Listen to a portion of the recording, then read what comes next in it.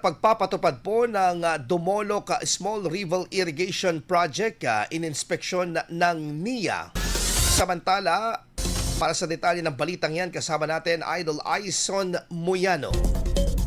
104.7 IFM Report.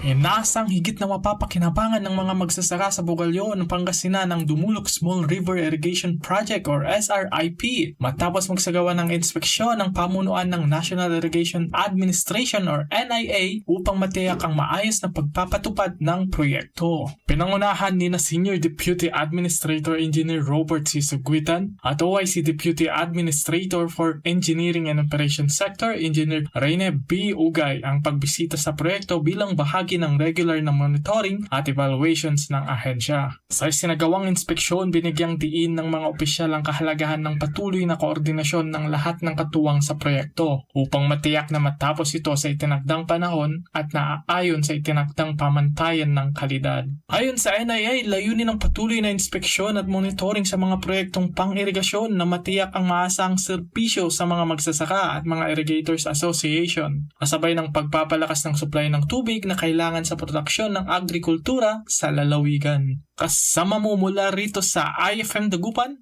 ito si Idol Aison Moyano. Tatak! IFM! IFM News. IFM News. IFM News.